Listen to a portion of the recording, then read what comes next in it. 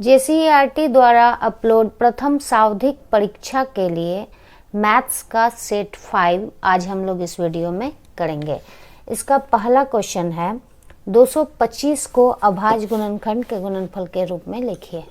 तो 225 लिखे, इसका 2 से नहीं जा रहा है, 3 से जाएगा, 3 से 21, 3 पचे 15, फिर 3 से लगाइए, 3 दूनी 6, 3 पचे 15, 3 से अब नहीं जा रहा है, 5 से जा रहा है तो पचे 25।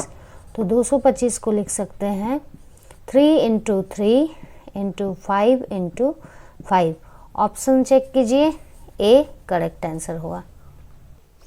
क्वेश्चन नंबर 2 में दिया हुआ है 130 तथा 420 का महत्तम समापवर्त 10 दिया हुआ है, तो लघुत्तम समावर्तक निकालिए।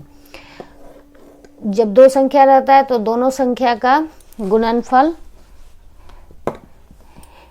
बराबर HCF उन दोनों संख्या का इंटू LCM होता है। LCM निकालना है तो LCM को निकालते हैं, इधर 130 गुना 420 और ये HCF इसके नीचे आ जाएगा। तो यहाँ पे हो गया 130 गुना 420 बटा 10, 0 0 कटा, गुना करने पे 5460 सी आंसर हो जाएगा। क्वेश्चन नंबर 3 में है HCF of A, 8 equal to 4। यहाँ पे दो नंबर है A और एक है 8। वहाँ जैसे दो नंबर था 130 और 420, यहाँ A है और 8 है। इन दोनों का HCF दिया हुआ है 4 और LCM दिया हुआ है 24। तो ये भी उसी तरह होगा, दोनों संख्या का गुणनफल करते हैं, फिर इन दोनों संख्या का HCF गुना इन दोनों संख्या का LCM। तो A गुना 8, HCF 4 दिया हुआ 4 लिखेंगे, LCM 24 है 24 लिखेंगे। A इक्वल टू 4 गुना 24, ये गुना में है, बराबर किधर आएगा तो भाग में। 8 का 16, 8 तिया 24, 4 तिया 12, ऑप्शन सी।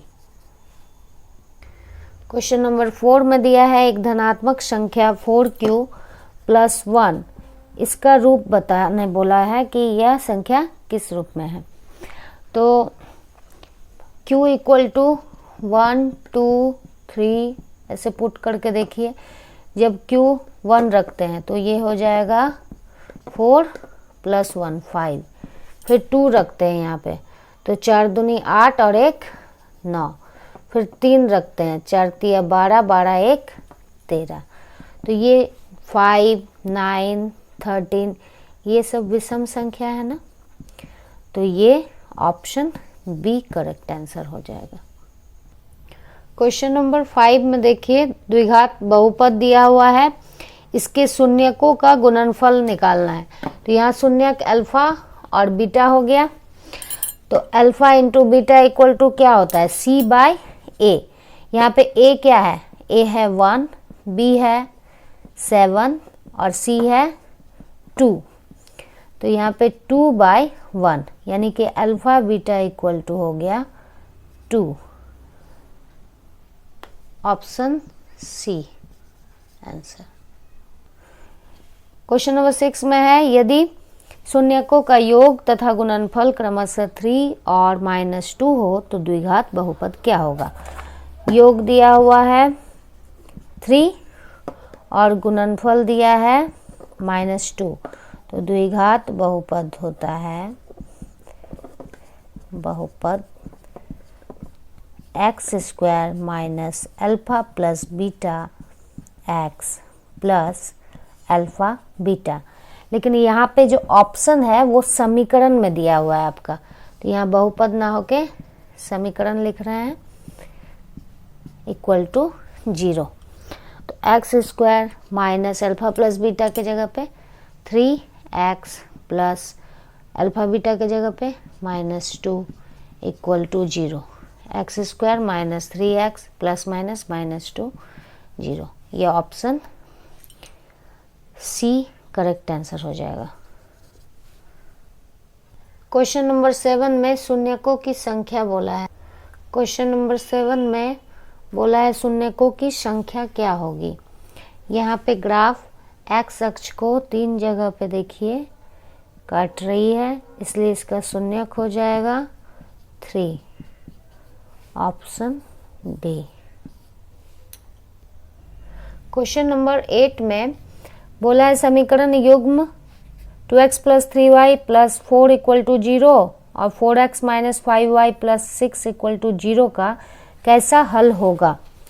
तो 2x + 3y + 4 = 0 और 4x - 5y + 6 = 0 में चेक कर लेते हैं कि a1/a2 क्या है। ये 2/4, 2 दूनी 4 हो गया, 1/2। b1/b2 चेक कर लेते हैं, 3 by -5, ये हो जाएगा -3/5 और c1/c2 = 4/6, 2 3 6, 2 दूनी 4, 2/3। देखिए ये तीनों आपस में बराबर नहीं है, ना तो a1 a2 b1 b2 के बराबर है और ना ही ये c1/c2 के बराबर है। तो ऐसी स्थिति में क्या होता है, ग्राफ बनता है, प्रतिच्छेद करता है और यहाँ पे एक ही हल मिलता है, इसलिए इसका हल क्या हो जाएगा, अद्वितीय हल हो जाएगा, ऑप्शन ए, अद्वितीय हल।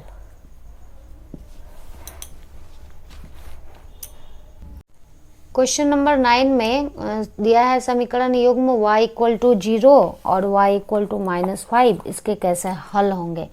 ये देखिए, ये x अक्ष, ये y अक्ष।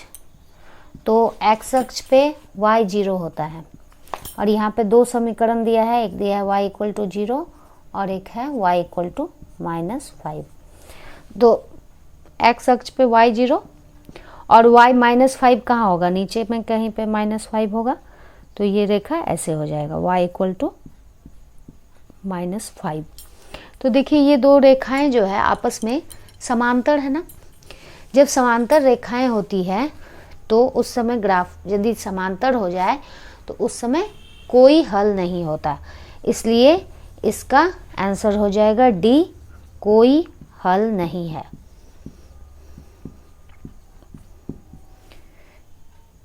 क्योंकि हल होने के लिए इन 2 रेखाओं को कहीं ना कहीं काटना चाहिए था। यदि ये प्रतिच्छेद करती तो अद्वितीय हल हो जाता, या एक दूसरे पे चढ़ जाती तो संपाती हो जाता। इसलिए समांतर की स्थिति में हमेशा कोई हल नहीं निकलता है। क्वेश्चन नंबर 10 में देखिए कि समीकरण 6x - 2y + 9 = 0 और 3x - y + 12 = 0 के द्वारा निरूपित रेखाएं कैसी होंगी। तो हम लोग इसके लिए चेक कर लेते हैं। a1/a2 ये हो जाएगा 6/3, 3 दूनी 6, फिर b1/b2 ये हो जाएगा -2/-1, ये हो गया 2, और c1/c2 ये हो गया 9/12, 3 तिया 9, 3 चौके 12, 3/4। देखिए ये दोनों आपस में बराबर है, यानी कि a1/a2 = b1/b2 is not equal to c1/c2 है। तो ये कौन सी स्थिति में होती है, जब 2 रेखाएं समांतर हो जाएं। तो जब 2 रेखाएं समांतर होंगी तो ऐसा कंडीशन होता है और इस समय इनका कोई हल भी नहीं निकलता। तो यहाँ पे कौन सी रेखाएं निरूपित करेंगी, तो समांतर रेखाएं निरूपित करेंगी, ऑप्शन बी हो जाएगा करेक्ट आंसर, समांतर। क्वेश्चन नंबर 11 में देखिए दिया हुआ है कि x + 3y = 5 और 2x - y = 3 है, तो x का वैल्यू क्या होगा। यहाँ पे हम लोग ये 2 समीकरण दिया हुआ है, दोनों समीकरण में y वाले का वैल्यू बराबर कर लेते हैं। यहाँ 3 है तो यहाँ पे भी 3 से गुना कर देते हैं। तो ये ऊपर वाला हो गया x + 3y = 5 और ये 3 से गुना होगा तो 3 दूनी 6x - 3y = 9। देखिए आपस में कट गया जोड़ने पे, 6 और 1 7x और यहाँ कितना हो गया 14। तो x इक्वल टू 14/7, 7 दूनी 14 हो गया, ये 2 हो गया। निकालना हमको x ही है, तो यहाँ पे x निकल गया। ऑप्शन सी मेरा करेक्ट आंसर हो गया। क्वेश्चन नंबर 11 देखिए, यदि x प्लस 3y नहीं 12 क्वेश्चन नंबर, यदि x इक्वल टू 2 और y इक्वल टू 3 है तो समीकरण 2x plus Y equal to के का क्या हल होगा। यहाँ पे x और y का वैल्यू दिया हुआ है, यहाँ पे पुट कर दीजिए। x के जगह पे 2, y के जगह पे 3 इक्वल टू के, तो यहाँ 2 दूनी 4 प्लस 3 इक्वल टू के, तो के का वैल्यू क्या हुआ 4 3 7। यहाँ पे ऑप्शन डी हो जाएगा आंसर। यहाँ क्वेश्चन नंबर 13 में देखिए, 2 समीकरण युग्म दिया हुआ है, यहाँ पे इसका हल निकालना है। तो चलिए सॉल्व कर लेते हैं। वाई वाई कट गया, 2x इक्वल टू 16 2 18, ये समीकरण 1, ये 2, तो x इक्वल टू 18/2, 2 9 18, 9 हो गया यहाँ पे।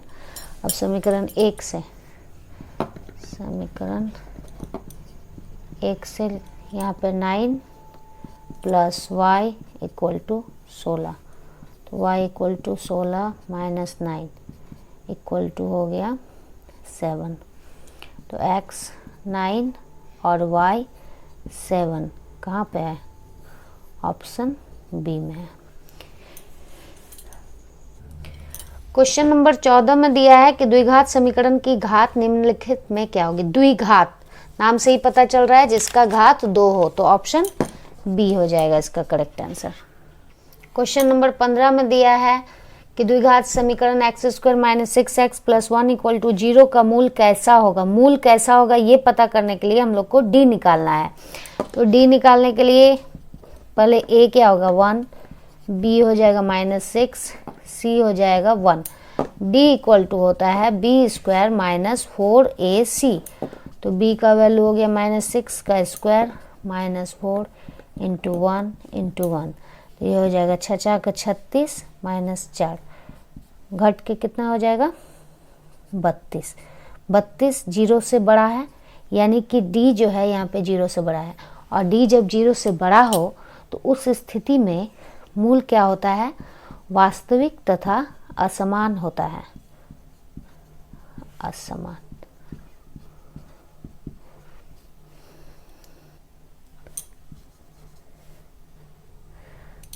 क्वेश्चन नंबर 16 में दिया है कि x² plus 3x plus 2 equal to 0 है, तो अल्फा प्लस बीटा का मान क्या होगा। a यहाँ पे लिख दिए 1, b हो गया 3, c हो गया 2, तो alpha plus beta equal to होता है -b/a, यानी कि माइनस और ये 3 और नीचे में 1 इक्वल टू -3, ये ऑप्शन डी हो जाएगा करेक्ट आंसर इसका। 17 नंबर में दिया है x² minus 6x plus 3 equal to 0 का विविक्तर क्या होगा। डी निकालना है यहाँ पे हम लोग को, तो a यहाँ पे हो गया 1, b हो गया x का कोफिशिएंट -6, c हो गया 3, तो d इक्वल टू होता है b² माइनस 4ac, यहाँ पे -6 का स्क्वायर माइनस 4 इंटू 1 इंटू 3, ये हो गया 36 12, यहाँ 24 तो ऑप्शन में नहीं दिया हुआ है, 24 होगा आंसर यहाँ पे, 24 ऑप्शन में नहीं दिया हुआ है 17 नंबर। क्वेश्चन नंबर 18 में दिया है यदि द्विघात समीकरण का कोई वास्तविक मूल नहीं हो तो निम्न में से कौन सा सत्य होगा। तो यहाँ पे जब 0 के बराबर होता है तो वास्तविक और समान होता है, और जब बड़ा हो जाता है तो वास्तविक और असमान होता है, और जब नेगेटिव ये कम हो जाता है 0 से छोटा हो जाता है डी का वैल्यू, तब ये हो जाता है काल्पनिक, वास्तविक नहीं रहता उस समय। तो ये ऑप्शन सी हो जाएगा यहाँ पे, b² माइनस 4ac जब 0 से छोटा हो जाए, डी जब 0 से छोटा हो जाए तो इसका वास्तविक मूल नहीं रहता। 19 नंबर में दिया हुआ है कि यदि द्विघात समीकरण का मूल समान हो तो k का मान निकालिए।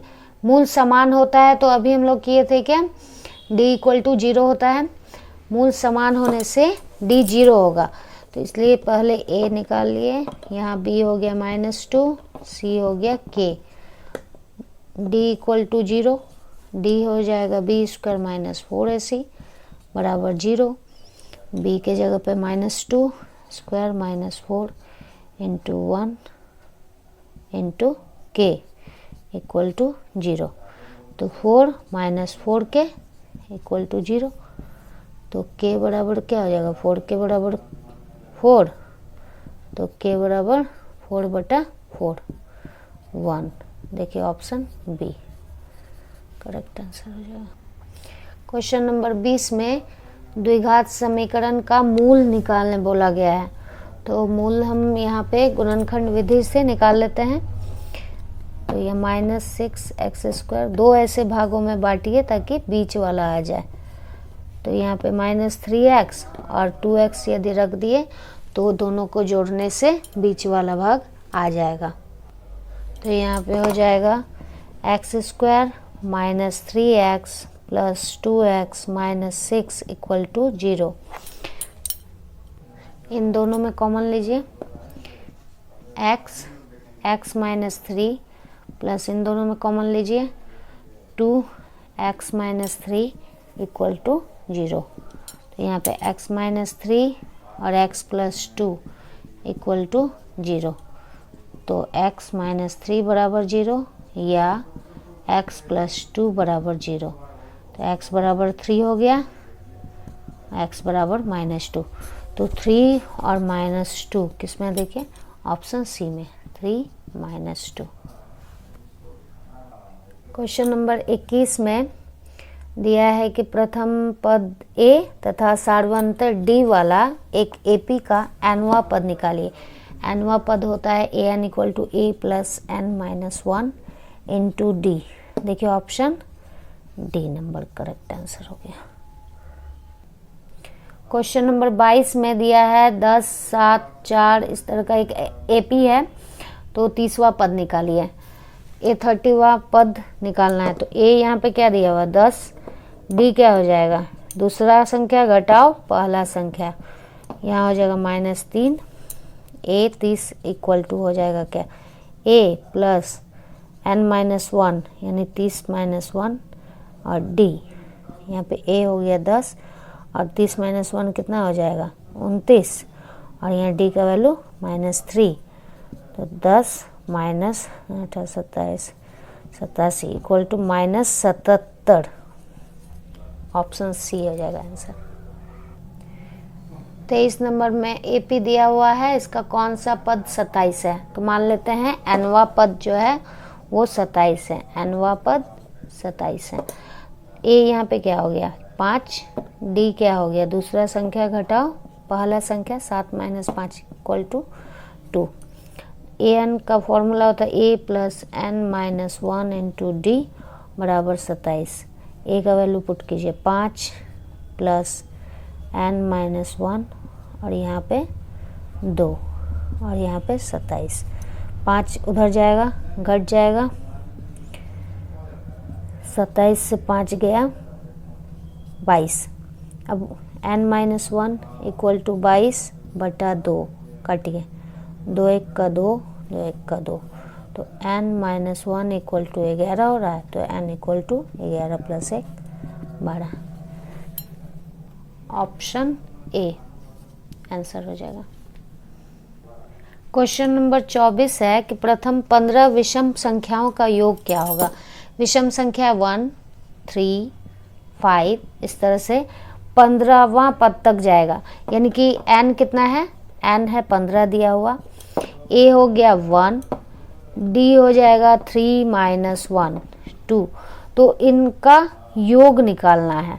तो S15 निकाल लीजिए। S15 का फॉर्मूला क्या हो जाएगा n/2 a + n-1 into d होता है।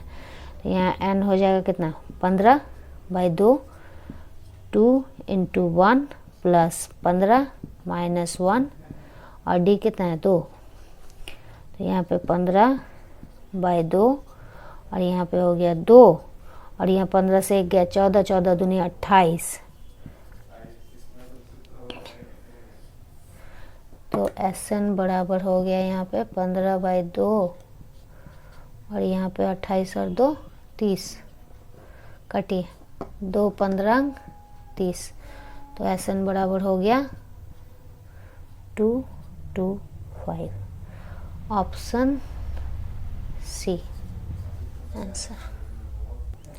क्वेश्चन नंबर 25 है, भुजाओं की समान संख्या वाले बहुभुज समरूप होते हैं। समरूप होने का कंडीशन क्या था कि कोण आपस में बराबर होंगे और भुजा जो होती है वो समानुपाती होती है। तो यहाँ पे संगत कोण के बारे में बोला गया है, तो यहाँ पे संगत कोण क्या हो जाएगा, सी, ऑप्शन सी हो जाएगा बराबर। 26 नंबर में है क्वेश्चन में कि किसी त्रिभुज में एक भुजा के समांतर खींची गई अन्य दो भुजाओं को, यहाँ पे त्रिभुज है, इसमें एक भुजा के समांतर एक रेखा खींचे हैं, तो ये इन दो भुजाओं को क्या करती है, समान अनुपात में विभाजित कर देती है। ABC है, DE है, तो ये AD/DB इक्वल टू AE/EC, इसको थेल्स थ्योरम भी कहते हैं हम लोग। तो यहाँ पे आंसर हो जाएगा आपका समान। क्वेश्चन नंबर 27 है कि समरूप त्रिभुजों के संगत भुजा डैश होते हैं। तो अभी हम बोले जस्ट कि संगत भुजा समानुपाती होते हैं और संगत कोण जो होते हैं वो बराबर होते हैं। तो इसका ऑप्शन डी हो जाएगा correct answer, option D. Question number 28 में है कि निम्न में से कौन समरूपता की कसौटी नहीं है। कौन सी समरूपता की कसौटी नहीं है, तो यहाँ इन चारों ऑप्शन में से ऐसे जो है वो समरूपता की कसौटी नहीं है। क्वेश्चन नंबर 29 में दिया हुआ है कि ABCD, जिसमें ABCD के समांतर है, समलंब चतुर्भुज है, ABCD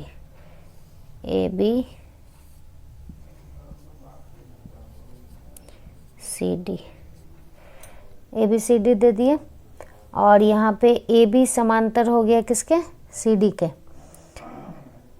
के विकर्ण परस्पर O बिंदु पर प्रतिच्छेद करती। इसके जो विकर्ण है, ये विकर्ण, ये कहाँ पे प्रतिच्छेद कर रही है, O बिंदु पे प्रतिच्छेद कर रही है। यदि AB इक्वल टू 2CD है तो त्रिभुज AOB और त्रिभुज COD का क्षेत्रफल का अनुपात निकालिए। सवाल ये है, देखिए ये दो त्रिभुज जो होता है ना, AOB और ODC जो है, ये दो त्रिभुज आपस में समरूप होते हैं। त्रिभुज AOB समरूप हो जाएगा त्रिभुज COD के। समरूप होने का यहाँ पे कंडीशन ये है कि एक तो ये हो गया शीर्षाभिमुख कोण, ये दोनों आपस में बराबर हो गया। दूसरा हो गया ये दोनों एकांतर कोण आपस में बराबर हो गया।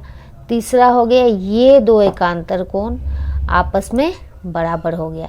तो ये दो त्रिभुज आपस में क्या हो जाएगी, समरूप हो जाएगी। और जब समरूप दो त्रिभुज होती है तो उनके क्षेत्रफलों का अनुपात जो है उनके भुजा के अनुपात के स्क्वायर के बराबर होता है। ये हम लोग थ्योरम में भी पढ़े हैं। बाय एरिया ऑफ COD, इनकी जितनी सारी भुजा दिख रही है आपको तो उसके अनुपात के बराबर हो जाएगी। AB/CD का स्क्वायर के बराबर। तो AB/CD यहाँ से हम क्या ला सकते हैं, देखिए यहाँ पे AB/CD यहाँ पे आ सकता है AB/CD बराबर, यहाँ पे 2, CD नीचे उतर गया AB के, तो यहाँ पे क्या बचा, 2 बचा, बराबर 2, और यहाँ पे नीचे में कुछ नहीं यानी 1। तो इसको हम इसके बराबर लिख सकते हैं, AB/CD को हम 2 के बराबर लिख सकते हैं। तो यहाँ पे 2/1 का स्क्वायर यानी 4/1, ये हो जाएगा 4:1। ऑप्शन सी हो जाएगा करेक्ट आंसर। क्वेश्चन नंबर 30 है कि कर्ण स्क्वायर बराबर लंब स्क्वायर जोड़ आधार स्क्वायर है तो वो कैसा त्रिभुज है। तो समकोण त्रिभुज जब रहता है तो ये तो पाइथागोरस प्रमेय का फॉर्मूला है ना, तो ये पाइथागोरस प्रमेय से आ रहा है, तो समकोण त्रिभुज में ही ये लागू होता है। तो वो कैसा त्रिभुज हो जाएगा, समकोण त्रिभुज हो जाएगा, जहाँ पे यहाँ पे कर्ण होता है, ये इनमें से कोई लंब ले लीजिए और ये आधार ले लीजिए, इसलिए ये क्या हो जाएगा, समकोण त्रिभुज। क्वेश्चन नंबर 31 में दिया है किसी समकोण त्रिभुज में आधार तथा लंब की लंबाई क्रमशः 5 और 12 है। ये है समकोण त्रिभुज। इसमें आधार हो गया 5 सेंटीमीटर और लंब की लंबाई हो गया 12 सेंटीमीटर। तो हमको कर्ण निकालना है। तो कर्ण होता है पाइथागोरस प्रमेय से, कर्ण बराबर √अंडर लंब स्क्वायर जोड़ आधार स्क्वायर। तो यहाँ पे लंब हो गया कितना, 12 स्क्वायर प्लस 5 का स्क्वायर। तो 12 का स्क्वायर 144 प्लस 5 का स्क्वायर क्या हो जाएगा, 25। तो ये वाला हो जाएगा 169, 13 centimetre, option D. Question number 32 में देखिए, वृत्त के केंद्र से स्पर्श रेखा पर स्थित कौन सी बिंदु न्यूनतम दूरी पर होती है। ये वृत्त है, इसके केंद्र से स्पर्श रेखा ये है स्पर्श रेखा, इसमें स्थित कौन सी बिंदु, स्पर्श रेखा में तो बहुत सारा बिंदु है, लेकिन कौन सा ऐसा बिंदु है जिसमें से इसका केंद्र का न्यूनतम दूरी होता है। तो ये हो जाएगा इसका स्पर्श बिंदु। स्पर्श बिंदु से ही इसका न्यूनतम दूरी होगा। बाद में कि आप जितना भी देख लीजिए, जिस भी बिंदु से इसका दूरी देखिएगा वो ज़्यादा ही होगा। क्वेश्चन नंबर 33 में देखते हैं, वृत्त के व्यास के सिरों पर खींची गई स्पर्श रेखा में क्या संबंध है। ये है वृत्त, ये है व्यास, ये हो गया स्पर्श रेखा। तो वृत्त के व्यास के सिरों पर खींची गई स्पर्श रेखा में क्या संबंध होता है। तो ये क्या होती है, ये समांतर होती है, ऑप्शन बी। क्वेश्चन नंबर 34 देखते हैं, ओ केंद्र वाले एक वृत्त की PA तथा PB स्पर्श रेखा है तो OAP का मान निकालिए। यहाँ पे वृत्त हो गया, इसका केंद्र क्या है, O है, यहाँ पे P से A और P से B दो स्पर्श रेखा है। तो बोल रहा है OAP क्या होगा, ये P है, OAP क्या होगा। ये तो लंब ना डालती है, जब भी त्रिज्या जो है स्पर्श रेखा पे हमेशा लंब डालती है। हमको OAP बोला है, तो OAP बराबर हो जाएगा 90 डिग्री, सी ऑप्शन।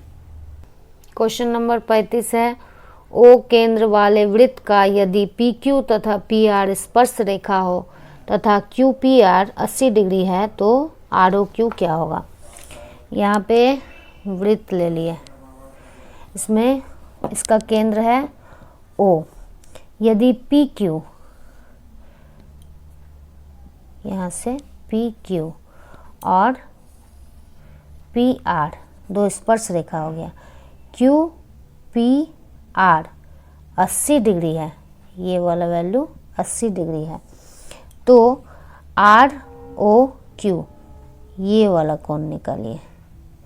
ये वाला तो 90 होता है, और देखिए ये चार भुजा मिलके क्या बन रही है, चतुर्भुज बन रही है, और चतुर्भुज के चारों कोणों का योग क्या होता है, 360 डिग्री होता है।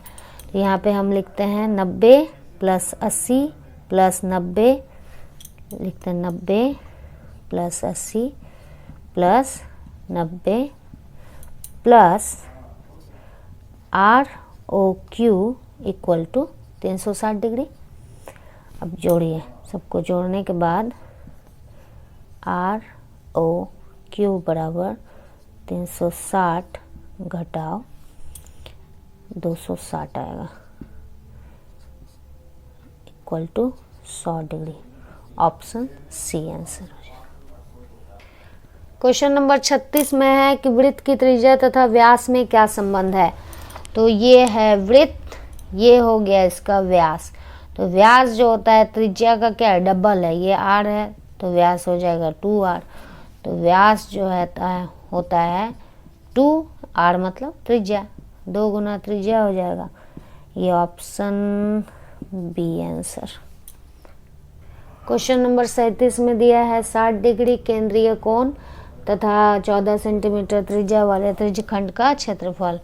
ये हो गया वृत्त, ये हो गया केंद्र, ये हो गया इसका कोण। कोण हो गया 60 डिग्री और ये त्रिज्या कितना हो गया 14 सेंटीमीटर। तो त्रिज्यखंड का क्षेत्रफल निकालिए। त्रिज्यखंड का क्षेत्रफल बराबर होता है थीटा बाई 360 डिग्री गुना पाई आर स्क्वायर। तो यहाँ थीटा हो गया 60 डिग्री, यहाँ 360, पाई का मान 22/7 बैठाते हैं और त्रिज्या दिया है 14। 7 दूनी 14, 6 का 36, 2 तिया 6, गुना कीजिए 14 और 22 से गुना करने के बाद होता है 308/3। आंसर ऑप्शन में नहीं है ऑप्शन में सी में है, option C answer centimetre square. Question number 38 में दिया हुआ 21 सेंटीमीटर त्रिज्या वाले एक वृत्त का एक चाप 60 डिग्री का कोण अंतरित करता है, तो त्रिज्यखंड का क्षेत्रफल क्या होगा। यहाँ पे हो गया वृत्त, ये अंतरित कर रहा है 60 डिग्री और इसका त्रिज्या हो गया 21। तो त्रिज्यखंड का क्षेत्रफल हो जाएगा बराबर थीटा हो गया 60/360 पाई आर स्क्वायर। पाई का मान हो गया 22/7 और आर स्क्वायर यानी 21 गुना 21। 7 21, 6 का 36, 3 दूनी 6, 2 1 का 2, 2 1 का 2, गुना कीजिए 11, 231। Option B answer. Question number 39 में है 7 सेंटीमीटर त्रिज्या वाले अर्धवृत्त का क्षेत्रफल क्या होगा। ये अर्धवृत्त है, इसका त्रिज्या है 7 सेंटीमीटर, इसका क्षेत्रफल क्या होगा। तो अर्धवृत्त का क्षेत्रफल हो गया 1/2 पाई आर स्क्वायर। तो 1/2 पाई का जगह 22/7, आर है 7 गुना 7, 7 7 कटा 2 एकम 2, 77 सेंटीमीटर स्क्वायर। यहाँ पे 77/2 दिया हुआ है, यहाँ आंसर 77 सेंटीमीटर स्क्वायर होगा, यहाँ ऑप्शन गलत है। क्वेश्चन नंबर 40 में है यदि वृत्त की कोई जीवा वृत्त की त्रिज्या के बराबर हो तो केंद्रीय कोण का मान क्या होगा। यह है वृत्त, इसमें कोई जीवा है, ये इसके त्रिज्या के बराबर है। ये यदि आर है तो ये भी आर होगा और ये भी तो त्रिज्या है आर होगा। तो तीनों भुजा बराबर हो गया, तो ये समबाहु त्रिभुज फॉर्म कर गया। यहाँ पे कितना होगा तब, यहाँ केंद्रीय कोण हो जाएगा 60 डिग्री। 60 60 60 त्रिभुज के तीनों कोणों का योग 180 डिग्री, इसलिए 60 डिग्री।